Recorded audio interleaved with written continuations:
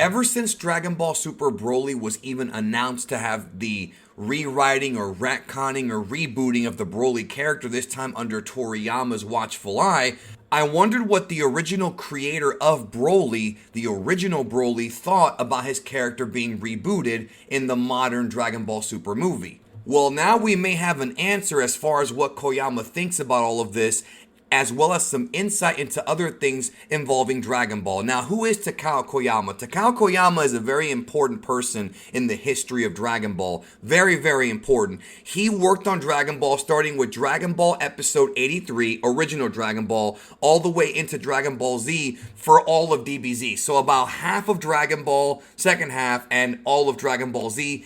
His job was chief writer or scenario writer for the series. Now, what does a scenario writer do? Basically, even though the original story was Toriyama's from the manga, what he does is him and his team of writers at Toei, featuring guys like Kozo Morishita and others, they take the manga, they adapt it to the anime, and they actually write sort of the story for not just the filler scenes and the filler arcs, but also adapting it for a TV version. You can't really do an adaptation of a manga without adding dialogue and adding scenes and things like that. And that was pretty much his job, him and his team over at Toei. And he is probably most known for writing the Dragon Ball Z movies. The original 13 Dragon Ball Z movies, from Dead Zone featuring Garlic Jr. all the way to Hirudegarn. These were sort of his projects, and he was the one that would come up with sort of the villains and the storylines for these films. Of course, he wasn't the only one, but he was credited as the lead guy, and he is credited as the creator of Broly, as well as the other movie villains. Koyama is pretty much retired and has not worked on Dragon Ball in many years, and has no involvement with Dragon Ball Super, but I have acquired exclusive comments from Koyama through a mutual friend. Now, because of privacy issues with both Koyama and my friend, I will be referring to my friend as just Tom. He knows who he is. I don't want him to get bombarded if people knew who he was. And with Koyama, of course, we're not going to go into details about anything except for the questions that were asked about Dragon Ball. We're not going to go into anything private at all, and we did get permission to post this, of course, here on Geekdom 101. And some of these questions were actually asked last year. It's just that they were never publicized because Koyama has not done a public interview. But we do have some interesting tidbits from Koyama about sort of the new generation of Dragon Ball, from somebody who worked on a lot of the stuff that we watched as kids. Now, with that being said, of course, many of you are probably wondering, hey, Geekdom, can you get an interview with this guy for the channel? An actual full-length interview? I will absolutely want to do that for sure. I will try to do that. It's just that it's going to be difficult because one thing I want to tell you guys is his English is not very good. I'm going to need an interpreter for that interview, which I'm sure I can get, and I have to figure out how I'm going to edit it because it's just not very good English. He's a Japanese man, still living in Japan, and so because of that, it would be something totally different and logistically a little bit more challenging to do than, let's say, an English voice actor or somebody who speaks English. So just be aware of that going forward. This is an exclusive to Geekdom 101. If you see it reported on any websites or anywhere, it started here because this is exclusively between a friend of mine, a mutual friend of myself and Koyama. So let's get right to what he says here that I find interesting. Now, the first tidbit I want to get into here is Koyama's involvement with Dragon Ball Super Broly or any of the new Dragon Ball movies that have come out since Battle of Gods. And essentially, Koyama has no involvement in any of the new movies. And so my friend, who I did not know at the time, I didn't even know him back in 2018, asked Koyama in August of 2018, this is the earliest question, he asked him if Toriyama Sensei had requested permission to use Gogeta in the new movie, and Koyama says no because I have nothing to do with the new movies. Now,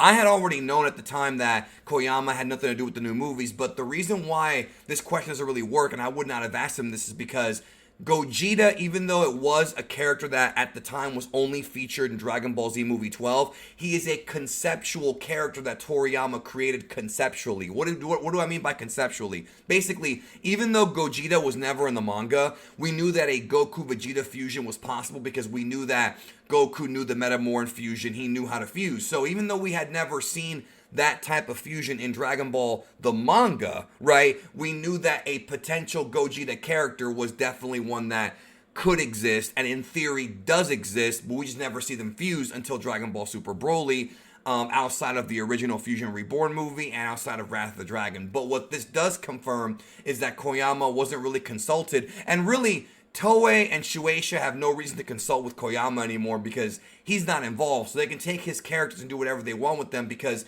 even though he created them, they are property of Toei, like Cooler and Janemba. Unlike the original Goku, Vegeta, and those characters that were in the original manga that belonged to Toriyama and Bird Studios, these characters, because they were created outside of Toriyama, even though he did certainly help with the designs and whatnot, they don't belong to Koyama. He does not have the creative control over these characters. And that, of course, means that should Toei make more Dragon Ball movies with other movie characters, like if they bring back BoJack or any of these characters, and I'm not saying they will, but if they do, Cooler, whoever, if they reboot them with or without Toriyama's, pen, they can do that without actually getting permission from Koyama. I kind of already knew this, but it's good to have some clarity here. Now, he was, of course, asked about the creative process behind coming up with villains after Broly, and Koyama says this, which he had actually said before, but here's him saying it, sort of reiterating it. He says that Dragon Ball Z movies were made every spring break and summer break for 7 years straight. It was difficult to come up with enemies for Goku every time since each one had to be stronger than the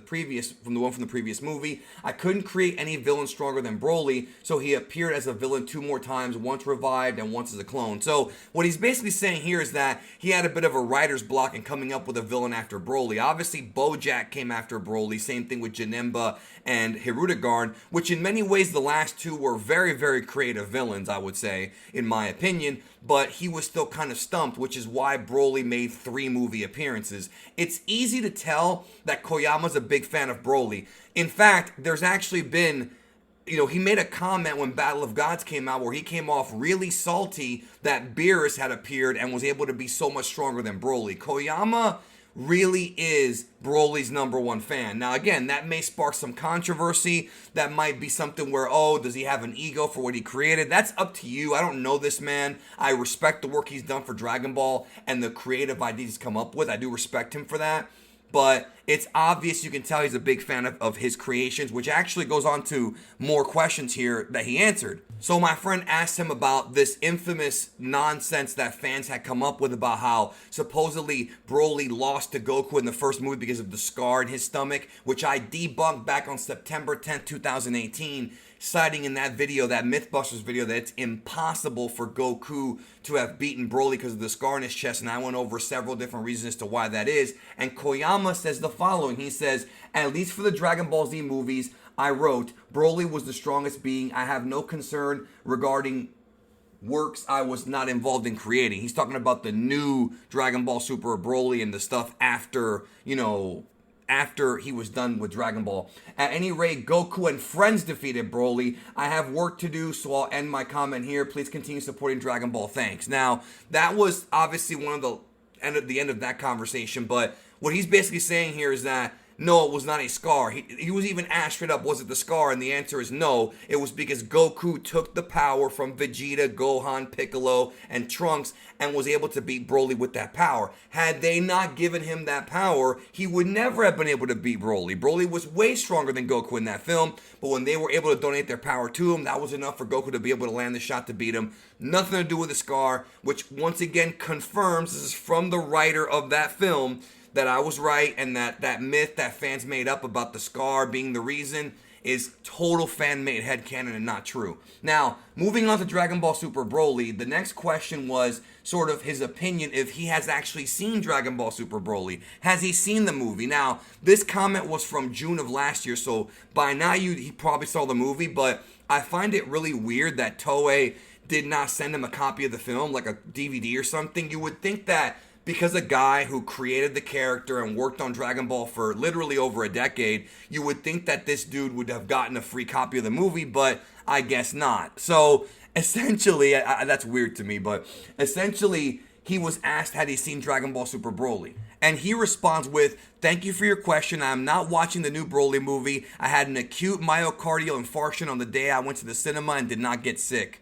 I think that actually is a bad translation. I think he meant to say did get sick, because acute myocardial infarction or infraction is basically like a mild heart attack. It's like a heart. I'm not a doctor, but it's like something involving the heart. So it's a little more than him being sick. If you know what that is, and I said it wrong, I apologize, but it does involve the heart. So he goes on to say, when I heard the impression of my son who was watching the movie, again, this is all Google Translate kind of nonsense. I wasn't able to get the translator to help me with this, which was Stacy, by the way. So some of these responses are from Google Translate, some are from SailorSpazz, Stacy. So I thank her for helping me with this, and I also thank my friend Tom for getting this for me. Got to throw the thanks out there because that's who helped me get this information. So he goes on to say, it seems different from the Broly that I created with producer Kokozo Morishita, because Morishita worked on Dragon Ball Z and GT. So Koyama worked hand in hand with him back in the day. Aren't we afraid of Broly? There's no fear if you beat me too much or if you beat him too much. I think it's a different character from the Broly we created. So he talks about how this Broly is different from the previous Broly, which is true. I mean, he knows that. But I think the whole idea here is he's talking about how Broly, he doesn't like the idea that Broly's going to get beaten for a fourth time. Now, again, it's a different Broly. So he even himself says, I think it's a different character. So he can't really be getting mad at, him losing again in the film, because it's not the same Broly, right? This is not the same Broly from the past, so him losing doesn't count. But remember, this is a guy who wrote 3 different Broly movies, and Broly loses in all 3. Now, obviously, the third one was Bio Broly, and it wasn't really Broly. It was a clone of Broly, but it's still Broly in essence. So, he writes Broly to lose 3 times in 3 different ways.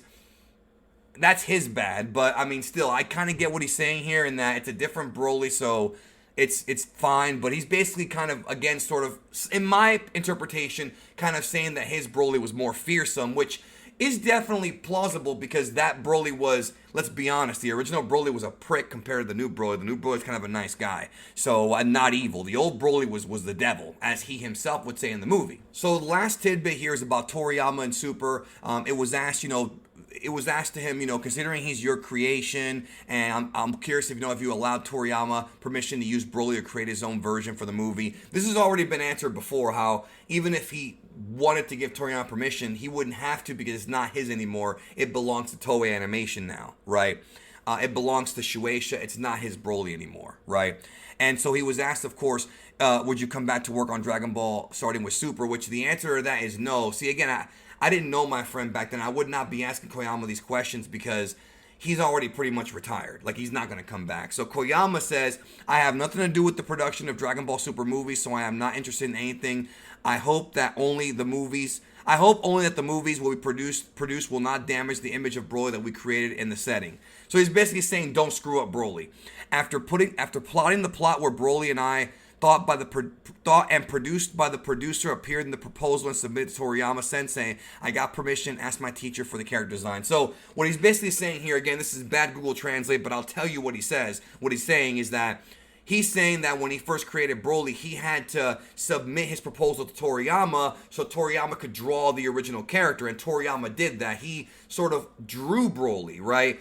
Broly was Koyama's concept, but Toriyama had drawn Broly. So what he's basically telling my friend here is that it's not like just his. Like, Toriyama had a stake in the original Broly, so he doesn't feel bad about Toriyama reusing that character because it's not entirely just his. He just hopes they don't screw it up, in which case I think the new Broly is more interesting, even though the old Broly may have been more badass and probably a better villain, right? The new Broly has a more interesting sort of character to him. So, of course, at this time, he had not seen the film, so I am curious to know if he or when he will see the movie and what his thoughts actually are. Perhaps I will do a follow-up and speak to him directly and figure this out, because I certainly hope he is able to see the film and kind of give his thoughts. I really want to know. So anyways, that's what we know about, or what we have from Takao Koyama, as far as like his involvement. He was not involved whatsoever in the new film, not even consulted, which I had wondered if they were going to call him, but not even a phone call according to what he says here. So, but that's just how it is. I mean, they can do that now. And Toriyama sort of did it at the request of Shueisha because of how popular Broly is. So it is what it is. I will at some point try to get an interview with Koyama, but I can't make any promises because, obviously there's language barrier issues and he's in a different continent. He may not want to do one with me.